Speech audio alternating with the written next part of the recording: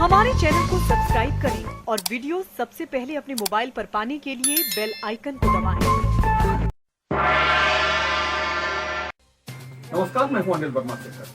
आप देख रहे हैं आई विटनेस लाइव न्यूज यूपी। देखते हैं एक पूरी रिपोर्ट।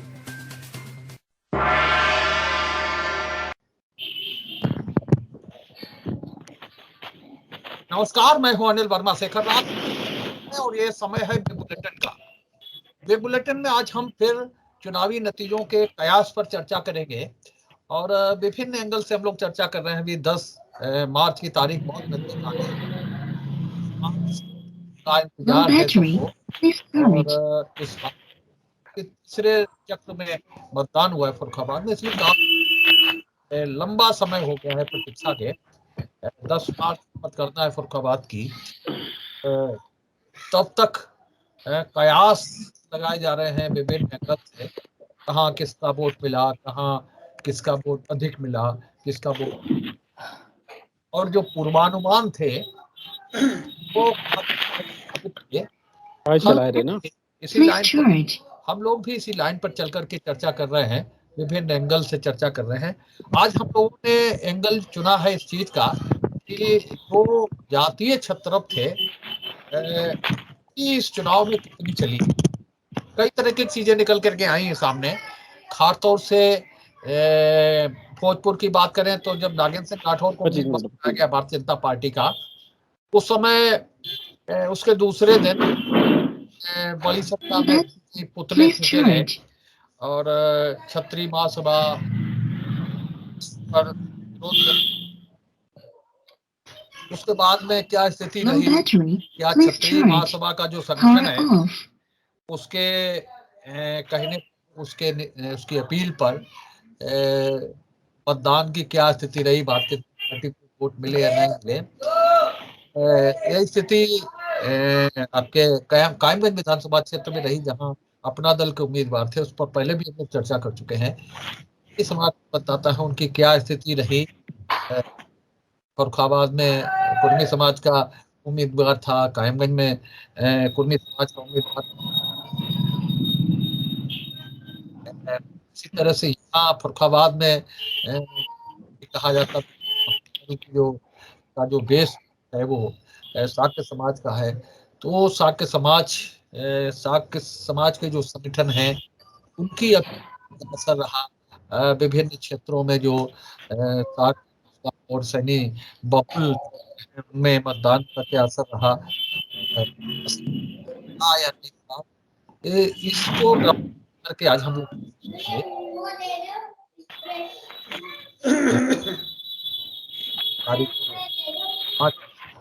और अभी तक क्या हम लोगों 20 मार्च के बाद, 20 फरवरी के बाद में और क्या क्या जानकारियां उपलब्ध हुई हैं आप व्यक्तिगत रूप से, उनका भी उपयोग आज की चर्चा करेंगे ताकि अधिक पहुंच सके और ग्राउंड एंगल रहेगा जातीय छत्र के लिए इस चुनाव में। इसको लेकर के हम लोग चर्चा करेंगे। आज प्रथम है भाजपा के जिला मंत्री हैं और आलोक बिहारी शुक्ला जी हैं। डॉक्टर आलोक बिहारी शुक्ला जी प्राथमिक विद्यालय में प्रोफेसर हैं। समाजवादी पार्टी से अनिल मिश्रा जी हैं, पार्टी के वरिष्ठ नेता। अधिवक्ता सभा के अध्यक्ष सुभाष जी हैं। कांग्रेस से वरुण त्रिपाठी हैं। वीरेंद्र मिश्रा जी हैं कांग्रेस से। आम आदमी पार्टी से ध्रुव राजपूत हैं और सुशील जी हैं सुभाषपा से। तो बड़ा पैनल है आज की इस बहस के लिए, आज के इस डिबेट के लिए। और हमारा मकसद इस बहस का केवल ये है कि हमारे जो दर्शक हैं उन्हें चुनाव पूर्वानुमान है, जो भी पूर्वानुमान है उनकी उसके बारे में अधिक जानकारी उपलब्ध हो सके। हम लोग विभिन्न क्षेत्रों के विभिन्न दलों में काम करने वाले लोग हैं। अपने सूत्रों से तमाम सी जानकारियां हम लोगों के पास आ रही हैं। हम लोगों का इस चुनाव से पूर्व, मतगणना से पूर्व इस बहस का मकसद यही है कि अधिक से अधिक जानकारी उपलब्ध करा सकें और विभिन्न एंगल की जानकारियां उपलब्ध करा सकें ताकि जो बहस है वो सुरुचिपूर्ण हो सके। लोगों को उसमें देखने में कुछ तथ्य मिल सके, कुछ आनंद मिल सके।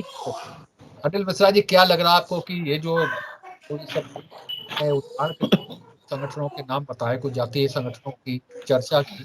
क्या लग रहा है कि इस बार जो बात है उसमें ये सब कुछ चला है? क्योंकि समाजवादी पार्टी कह रही थी कि सपा की आंधी चल रही है, लहर चल रही है। भारतीय जनता पार्टी के लोग कह रहे थे कि कुछ है ही नहीं, योगी जी रिपीट होने जा रहे हैं, और इस तरह की चर्चाएं थी। तो इस बीच ये जो जातीय संगठनों की बात थी, और छुआ भी है कि कई कई हैं जो विभिन्न दलों में काम करने वाले पुराने लोग थे, वरिष्ठ लोग थे, उन्होंने जातीय दबाव पर इस्तीफे दिए अपनी अपनी पार्टियों से, चाहे वो सन्नू गंगवार हो, समाजवादी पार्टी के जिला उपाध्यक्ष थे, उन्हें इस्तीफा देना पड़ा केवल इसी वजह से कि वो उनके ऊपर जातीय दबाव था। कायमगंज में वो अपने सजातीय उम्मीदवार को लड़ाना चाहते थे।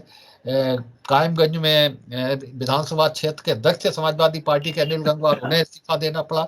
तो ये स्थिति रही है, कहीं कहीं दबाव रहा है जातीय जो जातीय संगठन है उनका, जातीय संबंध है उनका, क्या कुछ असर पड़ा है? क्योंकि चारों ओर केवल यही की बात कही जा रही थी कि समाजवादी पार्टी की लहर है, 22 में 22 के लाने वाली है, ये सारी बातें कही जा रही थी। तो कहीं इस तरह की अपीलों का असर पड़ा? क्योंकि जो टिकटों का आवंटन हुआ, टिकटों का जो वितरण हुआ है, उसमें तो पूरी तरह से जातीय गणित देखा गया है और जाति गणित के आधार पर ही टिकटें बटी हैं। लेकिन मतदान तक और मतदान में क्या कुछ ऐसी चीजों की का असर दिखा है, इस पर हम लोग आज चर्चा करेंगे। अनिल बताइए। शेखर जी, विषय है कि चुनाव में जातीय छत्रपों की कितनी चली।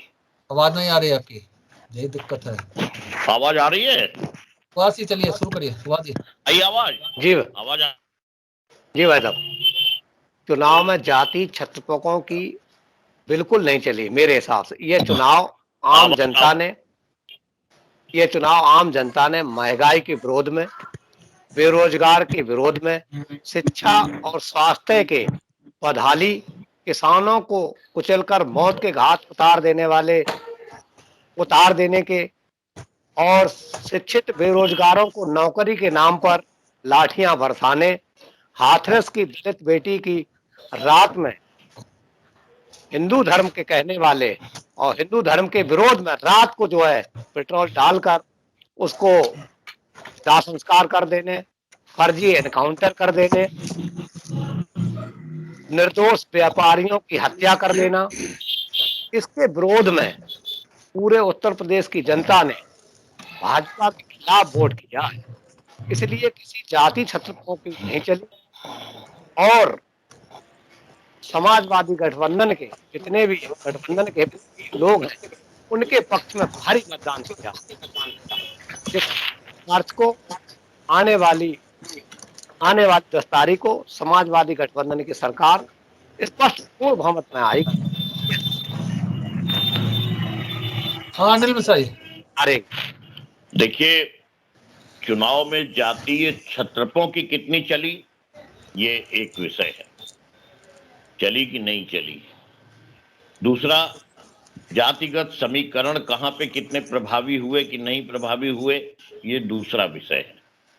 और इसके साथ साथ एंटी इनकम्बेंसी जिसे बोलते हैं, सत्ता विरोधी लहर जो है, और वो सत्ता के पिछले 5 साल के कार्यकाल में जितना कुछ प्रत्येक वर्ग के लोगों को असंतोष हुआ, और कार्यप्रणाली से, निरंकुश शासन से, आपके आतंक से और आपके अपनी जो है कार्यशैली से, उसके ऊपर जो लोगों ने अपना जो है वोट देने की बात करी, उनका विश्वास जो है वो अखिलेश जी के नेतृत्व में आया। वो ये मान करके चले कि केवल एक दल, समाजवादी पार्टी ऐसा दल है कि हमको इनके आतंक से, इनकी जातियों से, आवारा पशुओं से, बेरोजगारी से, और ये जो मुद्दे हैं और ज्वलंत मुद्दे हैं, इन सब चीजों से अगर कहीं से हमको जो है मुक्ति मिल सकती है और अगर कहीं पे हमको शरण मिल सकती है तो केवल समाजवादी पार्टी है। मैं एक सवाल करता हूँ, मैं सवाल ये करता हूँ, चलिए जब हम फर्रुखाबाद की बात करते हैं तो हमेशा एक कहीं से ब्रेक आ जाता है, तो फर्रुखाबाद में ही सीमित रहिए। मैं एक बात पूछ रहा हूँ, फर्रुखाबाद तो एक इकाई है ना बंधुआ, और जब फर्रुखाबाद इकाई है तो क्या पूरे प्रदेश की जो भी अपने जो है स्थित होगी उसका व्यापक प्रभाव फर्रुखाबाद पे नहीं पड़ेगा? फर्रुखाबाद अछूता रह जाएगा? ऐसा नहीं होता है। ऊपर करो थोड़ा। हाँ, आप देखिए पूरे के पूरे प्रदेश में एक ऐसा जन आंदोलन चला है कि जिसमें कि किसी को ये कहने की आवश्यकता नहीं हुई कि भाई ये आप वोट दे रहे हो कि आप वोट नहीं दे रहे हो कि आप क्या कर रहे हो। जनता स्वयं अपनी लड़ाई लड़ रही थी। जनता ने स्वयं तय कर लिया था कि अब इस वक्त के ऊपर अगर मुक्ति पाना है तो स्वयं जो है वो कस लो कमर अपनी और खड़े हो जाओ। और उसके साथ जातियां भी हुई थी, जहां पे जो अपने सवाल उठाए गए थे, उनके सबके संदर्भ में हम ये तो मान सकते हैं कि जातिगत समीकरण कहीं ना कहीं कुछ ना कुछ जो है वो अपने प्रभावकारी हुए हो, लेकिन जाति छत्रपों की नहीं चली। छत्रप तो अगर पूछा जाए, सबसे पहले मैं एक सवाल पूछता हूँ, मेरे भारतीय जनता पार्टी के दोस्त जो वो कहेंगे आप पिच के बाहर खेलने की बात कर रहे हो, आप लक्ष्मण रेखा क्रॉस कर रहे हो। क्या स्थिति रही है गोरखपुर में? हमारे सबसे बड़े छत्रप जो है हमारे प्रदेश के मुख्यमंत्री जी, क्या स्थिति है गोरखपुर में? अगर सही आकलन किया जाए किस तरीके से वहां पे अपने जो है वोट डाले गए, और आज की तारीख में क्या स्थिति है बनारस में मोदी जी की? 4 दिन तक प्रधानमंत्री को सब छोड़ करके पूरे हिंदुस्तान और राष्ट्रीय स्तर की बातों को और अपने जो है डेरा डालना पड़े और डुबकी लगाना पड़े अपने चुनाव क्षेत्र में, इससे बढ़कर के और क्या बात होगी? ये तो जो है बिल्कुल ही एक मतलब असहाय स्थिति की मतलब होती जिसको भाप लिया गया है। तो भाई साहब, ये जनता का जन आंदोलन था, और जनता के जन आंदोलन में जो आक्रोश था सत्ता के खिलाफ, सामंतवादी व्यवस्था के खिलाफ, आपके आतंक और जुल्म और जाति के खिलाफ, और महंगाई और बेरोजगारी, और जहां पे नौजवान है उसकी निगाह में केवल बेरोजगारी चली थी। और बेरोजगारी के संग एक स्थिति और होती है, नौजवान हमेशा आतंक और अन्याय का विरोध करता है। इस चुनाव में नौजवान ने आगे बढ़ करके स्वयं अपने जो कमान संभाली कि हमको वोट डालने जाना है। और आप कहते थे ठोको, एक सेकंड आखिरी बात, आप कहते थे ठोको, आप कहते थे बुलडोजर चढ़ा देंगे, आप कहते थे गर्मी और चर्बी निकाल देंगे। जनता ने जाकर के ईवीएम में जो है वो ठोको आंदोलन भी कर दिया, जनता ने जाकर के बुलडोजर भी चढ़ा दिया आपके जो है गलत मंसूबों पे, और गर्मी भी निकल गई, हवा निकल चुकी है। इसलिए जो है ये स्थिर आपके सामने, इसका आकलन करिए। वरुण त्रिपाठी जी भाई साहब, देखिए जातीय छत्रपों की आपने बात की, तो ये कहीं ना कहीं ये जुगाड़ में देखिए साहब, इस समय हमारी भी साहब नौका पार हो जाएगी, लेकिन बिल्कुल सही है कि जाति छत्रपों की नहीं चली। आप देखिए टिकट बटी जातियों के आधार पे, तो साहब तमाम ऐसे, चाहे अमृतपुर हो, चाहे भोजपुर हो, चाहे कायमगंज हो, चाहे सदर की सीट हो, हर जगह इस तरीके का पूरा मामला चला। और उसके बाद जाति के आधार पर सब प्रत्याशियों को जो टिकट दी गई, उसमें तमाम ऐसे नेता थे कि साहब उनके ऊपर साहब बहुत प्रेशर था, तमाम लोगों को साहब इस्तीफे देने पड़े, बिल्कुल सही है। और ये जो जनमानस के जो साहब मुद्दे थे, इसमें आप ये देखिए कि जनता वर्सेस सरकार से चुनाव था, ये किसी पार्टी का चुनाव नहीं था। जिस तरीके की तमाम धरातल से जुड़े हुए साहब मुद्दे थे, चाहे अपने जिले से हटके जिस तरीके से छात्रों के हॉस्टल में उसके साथ पुलिस ने लाठीचार्ज किया, क्या प्रदेश में क्या मैसेज किया साहब? रात में इस तरीके से आप कार्रवाई करते हैं जैसे आप क्या पाकिस्तानी सेना के ऊपर साहब कार्रवाई करते हैं। बहुत दुखद रहा। पूरे लखनऊ से लेकर और इलाहाबाद तक की जो बेल्ट थी साहब, एक बड़े पैमाने पे IAS, PCS, CPMT इन सब की तैयारी करते हैं साहब। अपने माँ बाप कितनी दूर रह के साहब तमाम परेशानियां झेल के माँ बाप अपने बच्चों को भेजता है। क्या इस तरीके की सरकार थी? पेट्रोल डीजल की बात रही, चाहे आवारा पशुओं की बात रही, तमाम ऐसे मुद्दे थे जो कहीं ना कहीं जनता और सरकार के बीच एक निर्णायक लड़ाई लड़ रहे थे। तो ये 2022 का जो चुनाव है, ये जनता वर्सेस सरकार है। छत्रपों की इसमें अपना खेला करना चाहा, उनका खेला हो नहीं पाया। सुशील जी भाई साहब, बहुत अच्छा विषय है आज का। सबसे पहले मैं ये बताना चाहूंगा अपनी समझ से 85% जो होता है कि जो 30 टिकटों का जो वितरण होता है 85%, जो ओबीसी के लिए 70% दी हैं, किसी भी पार्टी ने भी दी हो, हम सभी की बात कर रहे हैं, एक पार्टी की बात नहीं कर रहे हैं। तो सबसे पहले तो टिकटें आप सभी लोग जानते भी हैं कि सही बट रही हैं, गलत बट रही हैं, ये तो हमें नहीं पता है, लेकिन हमारे स्तर से बिल्कुल क्लियर है कि टिकटें गलत बटी। 85% टिकट मिलना चाहिए थी ओबीसी को, वो नहीं मिली। किसी भी पार्टी का आंकड़ा उठाकर देख लीजिए। अब रही जातीय आंकड़ा, जिस पार्टी से भी जिस जाति का कैंडिडेट मैदान पर उतर कर आता है, लगभग उसका वोट उसका क्लियर हो जाता है कि ये जात का वोट हमारे लिए हो गया। दूसरी बात यह है, कहीं से भी पार्टी टिकट अगर किसी को भी अगर देती है तो यहाँ पर क्या मतलब यही विच्छेद होता है कि पार्टी का जो वोट बैंक होता है वो पार्टी को मिलेगा।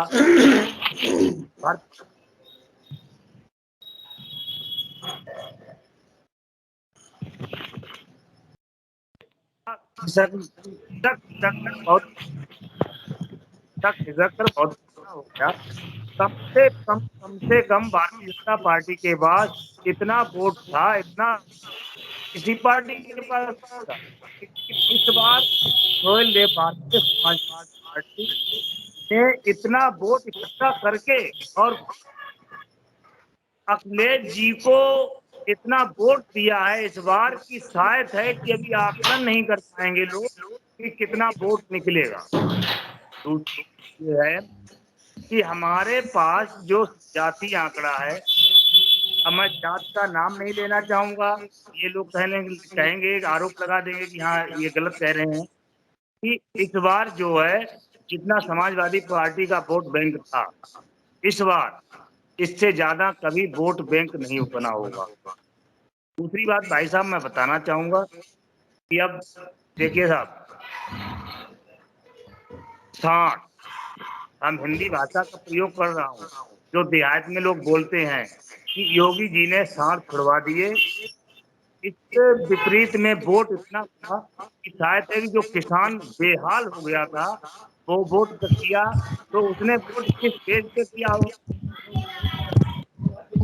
जनता पार्टी, वो तो समाजवादी पार्टी फाइट में उसमें वोट करेंगे। दूसरी बात ये है कि महंगाई, अत्याचार, आज जो है मैं एक स्टेटमेंट सुन रहा था राष्ट्रीय अध्यक्ष जी का भारतीय जनता पार्टी ने, कि उन्होंने कहा महिलाएं सुरक्षित हैं, अत्याचार नहीं हो रहे हैं। भाई साहब मैं कहना चाहता हूं कि महिलाएं कितनी सुरक्षित हैं ये सभी लोग देखते हैं। आप रहे हैं भाई साहब, दंगा नहीं हो रहे हैं। खीरी लखीमपुर में आप देख लीजिए कि कहीं पर दंगा के बाद ये क्या नाम है, हाथरस कांड देख लीजिए। एक चलिए हो गया राजपूत। हाँ जी सर, विषय तो सर इतना आज इम्पोर्टेंट है जिस पर पूरे चुनाव की घड़ी जो है वो घूम रही है। पूरा चुनाव जो है वो पहले क्या होता था कि जितने भी ये क्या कहें जो लोग भाषा प्रयोग करते थे, उसी शब्द में मैं कहूंगा कि इस चुनाव में मठाधीशों की 1% भी नहीं चली। जो मठाधीश बन रहे थे, यहाँ पर सरकार अपने वर्चस्व की लड़ाई लड़ रही थी और जनता अपने वर्चस्व के लिए वोट कर रही थी, क्योंकि जाति समीकरण को ध्यान में रखकर ज्यादातर टिकटों का वितरण किया जाता है। लेकिन इस चुनाव में फर्रुखाबाद में ऐसा नहीं हो पाया। आप देख लीजिए, ओबीसी को जो कोटा जाना चाहिए था वो नहीं गया, चाहे वो भारतीय जनता पार्टी हो, कोई भी पार्टी हो, मैं किसी का व्यक्तिगत रूप से नाम नहीं लूंगा। लेकिन एक चीज इस चुनाव में बिल्कुल निकल के आई है कि जो परेशानियां जनता को हुई उसके एवरेज में जनता ने बढ़ चढ़कर वोट किया, या जनता को लाभ हुआ तब जनता ने वोट किया, ये आने वाली 10 तारीख तय करेगी।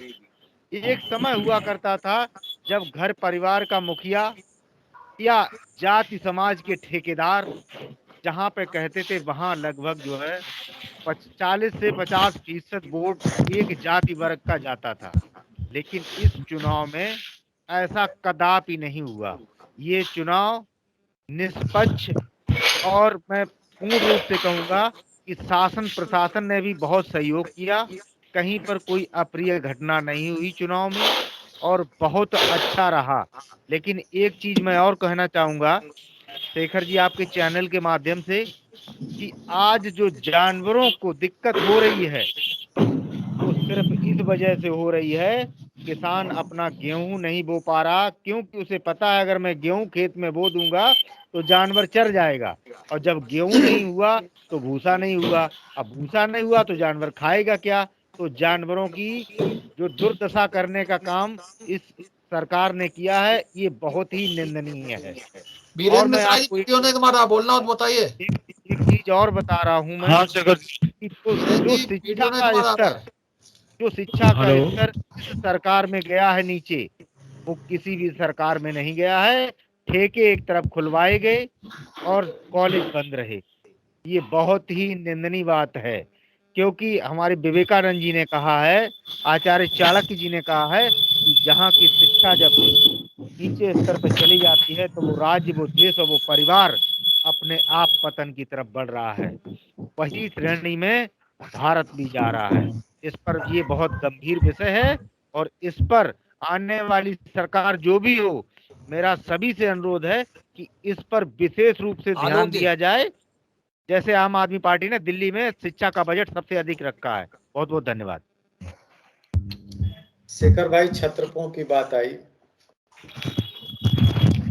अब आप पूरा इस डिबेट को सुने होंगे तो सोहेल देव जी की पार्टी के लोग किसी जात विशेष की चर्चा कर रहे थे, समाजवादी पार्टी के लोग अन्य जात विशेष की चर्चा कर रहे थे। भारतीय जनता पार्टी ने इस मिथक को तोड़ा है। पूरे 5 वर्ष में किसी भी प्रकार की जाति व्यवस्था को सुदृढ़ करने का प्रयास भारतीय जनता पार्टी की तरफ से नहीं हुआ, और उसका प्रत्यक्ष उदाहरण है कि जब हमारी सरकार ने किसान सम्मान निधि बांटी तो किसी भी प्रकार का न जाति न धर्म कुछ नहीं देखा। जब उज्ज्वला के अंतर्गत गैस दी तो जाति धर्म नहीं देखा। विद्युतीकरण किया तो जाति धर्म नहीं देखा। हाँ, ये बात सही है कि जब पिछली सरकार थी तो जब लैपटॉप का वितरण हुआ करता था तो मैं भी एक संस्थान में कार्यरत हूँ, वहां पर लिस्ट आ जाती थी कि इतने लोग पहले इस जाति के लैपटॉप लेंगे और बाकायदा बुर्के में आएंगे, और उसके बाद फिर इस जाति के आएंगे, उसके बाद इस जाति के आएंगे। ये इसके प्रत्यक्ष उदाहरण है। और अभी आप कह रहे थे हमारे समाजवादी पार्टी के साथी, इन्होंने जितनी भी डिबेटें हुई आप उनको पूरा निकाल करके देख लीजिए। जुल्म, ज्यादती, अत्याचार, आतंक, ये 4-5 शब्द मैं बराबर सुनता रहता हूं। और ये जुल्म कैराना में क्या हो रहा था, ये शायद जुल्म इनको नहीं दिखता। जब सफाई में रंगमंच सजा होता था और हमारे हिंदू भाई किसी एक धर्म विशेष के जिहादियों द्वारा प्रताड़ित होते थे, वो जुल्म नहीं था। इनके लिए असमानता जुल्म नहीं है, इनके लिए जाति वैमनस्य। अब पूरा राजनीतिक, आप अभी जो चुनाव हुए आप इसमें देखिएगा, इन्होंने पूरी तरीके से जाति गणित भिड़ाया। ये पूरी तरीके से जाति की चर्चा कर रहे थे। भारतीय जनता पार्टी के किसी भी नेता के द्वारा कहीं पर भी जाति का उल्लेख अगर किया गया हो, उन्होंने हमेशा सर्व समाज की बात की। अभी मुख्तार अंसारी का एक पुत्र का एक वीडियो आ रहा है, मैंने भी आज देखा था। कह रहा था कि हमारी सरकार बनने दीजिए, उसके बाद हम चुन चुन करके बदला लेंगे। ये बदला लेने वाली पार्टी है। तो ये सब चीजें, ये जुल्म, ये ज्यादती, ये अत्याचार, ये कहाँ है, जनता भी देख रही है। और 5 वर्ष जनता ने जो सुख अनुभव किया है, हमें ऐसा लगता है कि उसी पक्ष में मतदान करेगी।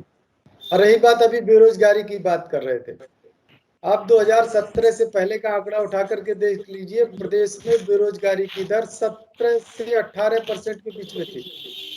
2021 का अगर आप आंकड़ा उठा के देख लें तो ये बेरोजगारी की दर जो है वो लगभग 4.5% है। और ये झूठा चिल्लाते रहते हैं कि बेरोजगारी बढ़ गई, बेरोजगारी बढ़ गई, महंगाई बढ़ गई। अब आप ये देखिए कि प्रत्येक घर को लगभग 50 किलो खाद्यान्न निःशुल्क सरकार दे रही है और इनको महंगाई लग रही है। सस्ती बिजली मिल रही है, इनको महंगाई लग रही है। अच्छी सड़कें मिल रही हैं, इनको उसमें भ्रष्टाचार दिख रहा है। और हमारे अभी आम आदमी की पार्टी के साथी कह रहे थे कि इसने ठेके खुलवा दिए, शायद भूल गए आप, ये काम केजरीवाल ने किया है। जरा रिकॉर्ड उठा करके देख लीजिए, हर गली मोहल्ले चौराहे में शराब सस्ती करके और ठेके उठवा करके बेच रहे हैं। कहीं पर भी खाद्यान्न वितरण की कोई व्यवस्था सुदृढ़ नहीं की, शराब माफियाओं को सुदृढ़ किया। तो एक पूरा आप इनका चक्रव्यूह देखिएगा कि पूरा समाजवादी पार्टी का जो कार्यकाल रहा, ये आतंक का पर्याय रहा, भ्रष्टाचार का पर्याय रहा, चुनाव नतीजों पर रहिए ना, चुनाव नतीजों का पर पर्याय रहा। ये कयास है, बताइए अफसर जी। तो ये जो छत्रप हैं, छत्रपों चुनाव नतीजों के बारे मतदान के बाद में अभी तक जो जानकारियां हुई हो आपको विभिन्न सूत्रों से, उसका उपयोग करिए। मैं आपको सही बता दूं, मैंने भी महसूस किया। देखो, व्यक्तिगत हित होते हैं थोड़े बहुत, लेकिन जब पूरा उभर करके सामने आता है। एक बार फिर निवेदन है कि मतदान के बाद में 20 मार्च के बाद में जो भी जानकारियां हासिल हुई उनका उपयोग करिए। तो कहीं ना कहीं जाति का भ्रम टूटा है और सर्व समाज का वोट भारतीय जनता पार्टी को मिला है। किसी की जो जात की जो ठेकेदारी थी वो समाप्त हो गई है और इसका परिणाम 10 मार्च को आपको मिलेगा। आज का जो विषय है बहुत ही रोचक विषय है भाई साहब, और इस टाइप के विषय आने चाहिए और चर्चाएं होनी चाहिए। जातीय छत्रपों की कितनी चली चुनाव में, ये पहला चुनाव ऐसा हुआ है जिसमें जातिवाद का बंधन टूटा है। अभी तक क्या चुनाव होते थे कि लोग जाति के ठेकेदारों को पकड़ते थे, इस बार पब्लिक ने किसी जाति के ठेकेदार को नहीं पकड़ा। जैसे 2014 में जाति के ठेकेदारों को नहीं पकड़ा था, 2017 में नहीं पकड़ा था और 2019 में भी किसी जाति के ठेकेदार को नहीं पकड़ा था, वैसे ही 2022 के चुनाव में किसी भी जाति के ठेकेदार को नहीं पकड़ा। अभी भारतीय स्वतंत्र समाज पार्टी के लोग कह रहे थे कि साहब हमें तो सिर्फ ओबीसी की चिंता है, लेकिन भारतीय जनता पार्टी तो कहती है कि हमें तो सबकी चिंता है, हमको तो अगड़ों की भी चिंता है, पिछड़ों की भी चिंता है और दलितों की भी चिंता है। और भारतीय जनता पार्टी नारा देती है कि तुम जातिवाद से तोड़ोगे, हम राष्ट्रवाद से तोड़ोगे। भारतीय जनता पार्टी शुरू से कहती चली आई, जातिवाद में विश्वास रखने वाले लोग क्षेत्रीय दलों के लोग होते हैं। भारतीय जनता पार्टी कोई क्षेत्रीय दल नहीं है, भारतीय जनता पार्टी राष्ट्रीय दल है और राष्ट्र के लिए राजनीति करने वाला दल है, ना कि अपने व्यक्तियों के लिए राजनीति करता हो। भारतीय जनता पार्टी के लोग राजनीति करते हैं, अपना घर भरने के लिए राजनीति नहीं करते हैं। समाजवादी पार्टी और स्वतंत्र पार्टी के लोग क्या करते थे साहब, एक एक परिवार के ही लोग जो है पता लगता है जिनका चुनाव लड़ने का उम्र हो गया कि जो चुनाव लड़ सकते हैं संविधान के अनुसार, वो तुरंत पहुंच गए चुनाव लड़ने के लिए। देख लीजिए सैफई परिवार की क्या स्थिति थी, 45 लोग राजनीति में सक्रिय थे, 45 लोग चुने गए थे।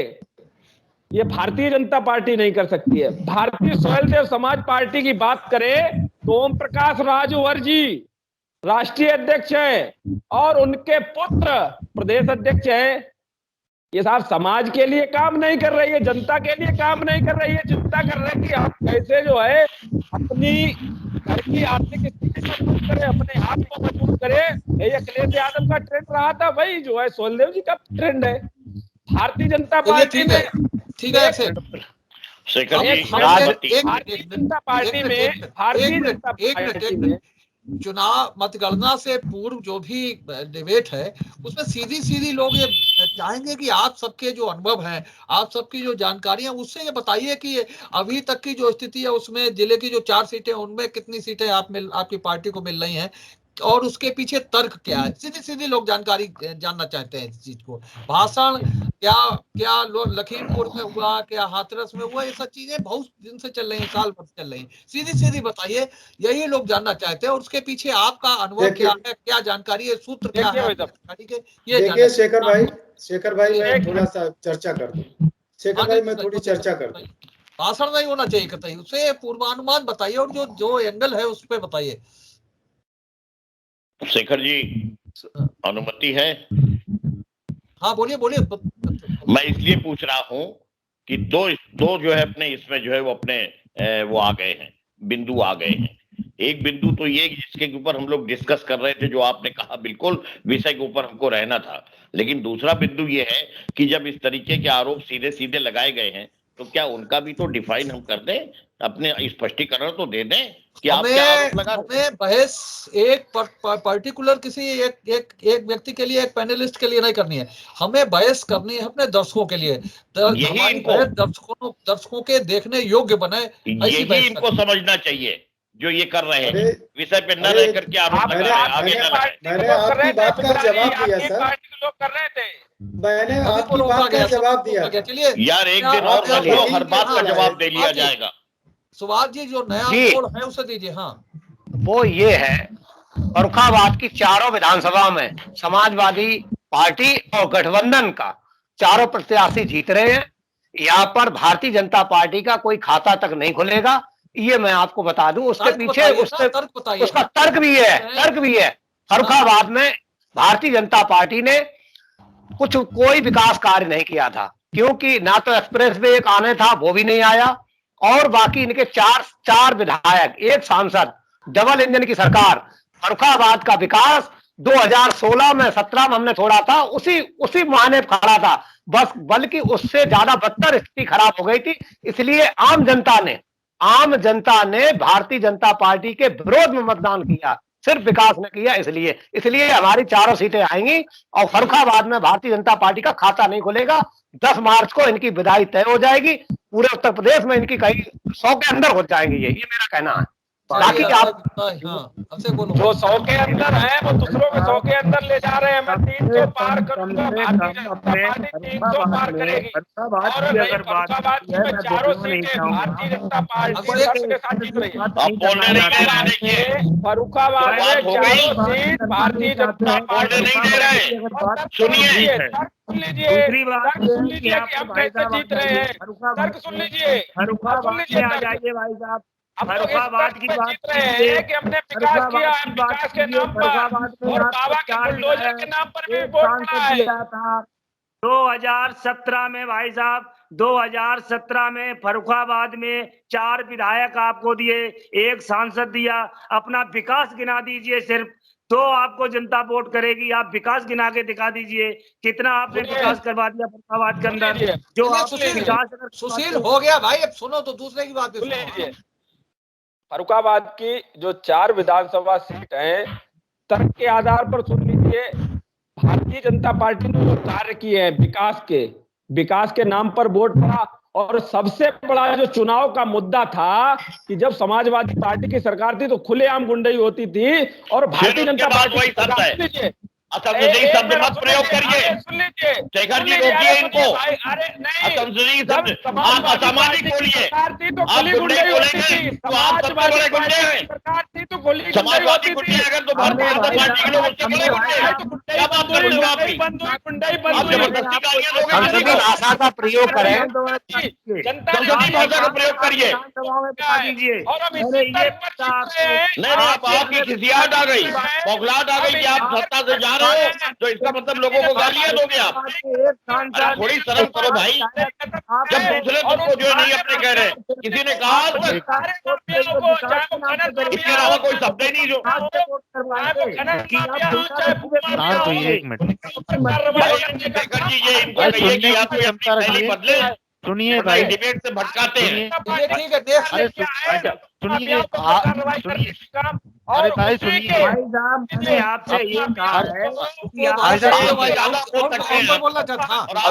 अभिषेक जी सुनिए अरे भाई सुनिए, अरे भाई साहब, क्वेश्चन ये आया था कि आप अपने विकास गिना दीजिए, तो आपका विकास क्या ये था कि समाजवादी पार्टी ने गुंडई की है? ये संसदीय भाषा बोलिए।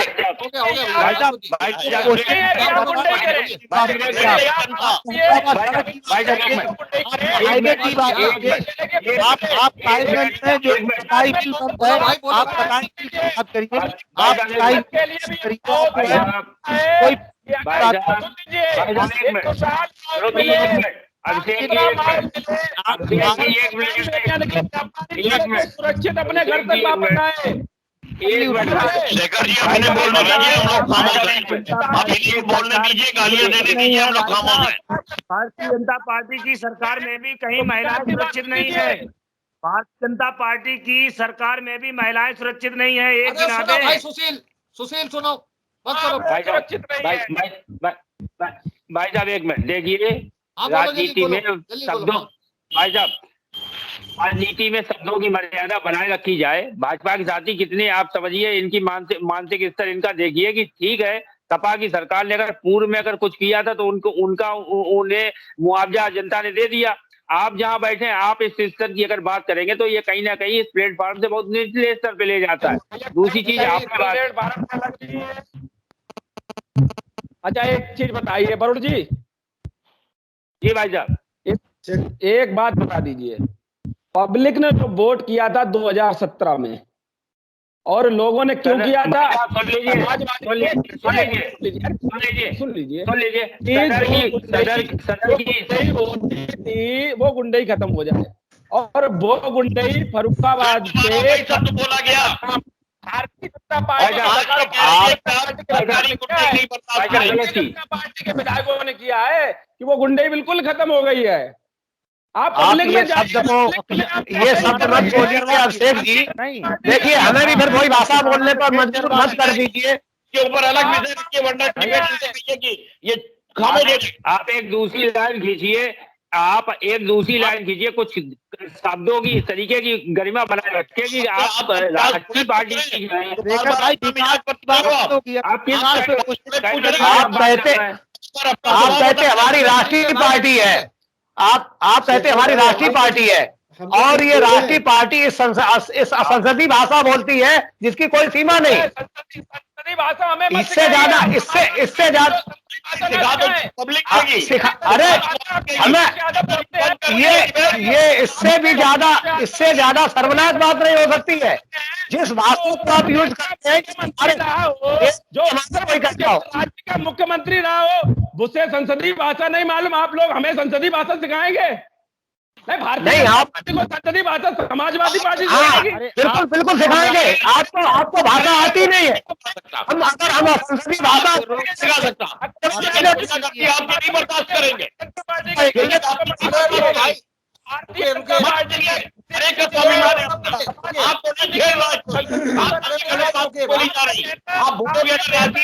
तो जवाब मिलेगा, बिल्कुल मिलेगा, जवाब मिलेगा। सुन लीजिए, जनता ने ये तय कर लिया है 2017 में। सुन लीजिए, 2017 के बाद 19 के बाद 22। अरे 10 तारीख को चले जाएंगे, 10 तारीख को चले जाएंगे, अब उसके बाद बोलने के लायक रहेंगे ही नहीं, आपकी भाषा ही नहीं रहेगी बोलने के लायक। 11 मार्च को आप डिबेट नहीं करेंगे, डिबेट छोड़ के भाग जाएंगे, ये तय है। हम डिबेट इसी में बैठेंगे। फिर इन्होंने जो गलत बात करी है, अनिल जी आप समझा नहीं सकते हो। भाई भागने वाले कायर क्यों होंगे? हम तो हारते हैं, तब भी मैदान में खड़े होते हैं, हम हार किए लिया है। एक मिनट, अरे शेखर भाई को बोलने दो तब ना। खत्म कर रहे हैं। आप जो है आलू की बात नहीं, आलू की बोलिए। हाँ, अभी हमारे साथीगण कह रहे थे कि कोई फर्रुखाबाद का कुछ विकास गिना दीजिए। आपकी विकास की परिभाषा क्या है, पहले आप ये तय कर लीजिए। क्या अराजकता विकास की परिभाषा है? हमारी कोई अराजकता नहीं। अरे सुन लीजिए, अराजकता पर अगर अंकुश लगा है तो ये भी विकास की परिधि में आता है। अगर हमारा विद्युतीकरण मजबूत हुआ है तो ये भी विकास की परिधि में आता है। अगर हमारी सड़कें अच्छी हुई है तो ये भी विकास। एक भी सिंगल सड़क बता दीजिए, कोई सड़क बनी हो अभी तक पूरे 4-4.5 साल में, आप बता दीजिए। आप देख लीजिए, इसका मतलब डॉक्टर साहब आप शहर से बाहर नहीं निकले, इसका मतलब शहर से बाहर नहीं निकले। आप बीजेपी के 19 लोगों पर हैं जो देश के शहर के बाहर मुख्यमंत्री का वोट। मैंने शहर के बाहर जाके देखा। छोटा सा उदाहरण, यादव परिवार जिसके इंटर कॉलेज, सुन लीजिए, वो व्यक्ति में नहीं आता। आवाम बात नहीं सुनेंगे, वही बात इसलिए मैं बोलता नहीं। चलिए बिग बुलेटिन की आज की इस बहस को यहीं समाप्त कर रहे हैं। आज की इस बहस में भाग लेने के लिए आलोक जी का, सुशील का, सुभाष जी का, ध्रुव राजपूत का, अनिल मिश्रा जी का, अभिषेक और वरुण त्रिपाठी का, वीरेंद्र मिश्रा का बहुत बहुत धन्यवाद। हम कल फिर मिलेंगे एक नई बहस को लेकर, एक नए विषय को लेकर। तब तक के लिए इजाजत दीजिए। शुभ रात्रि। सभी को नमस्कार।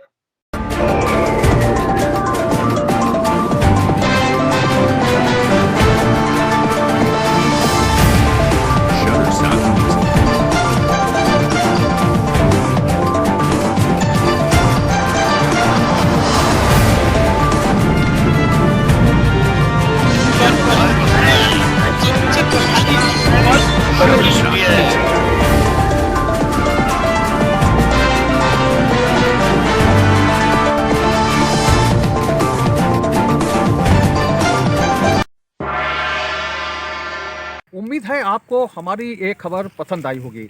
आप इसे लाइक करिए, अपने दोस्तों के साथ शेयर करिए और उस पर कमेंट करिए। अगर आप पहली बार हमारे चैनल से जुड़े हैं तो चैनल को सब्सक्राइब करना मत भूलिए। यही निवेदन आपसे है।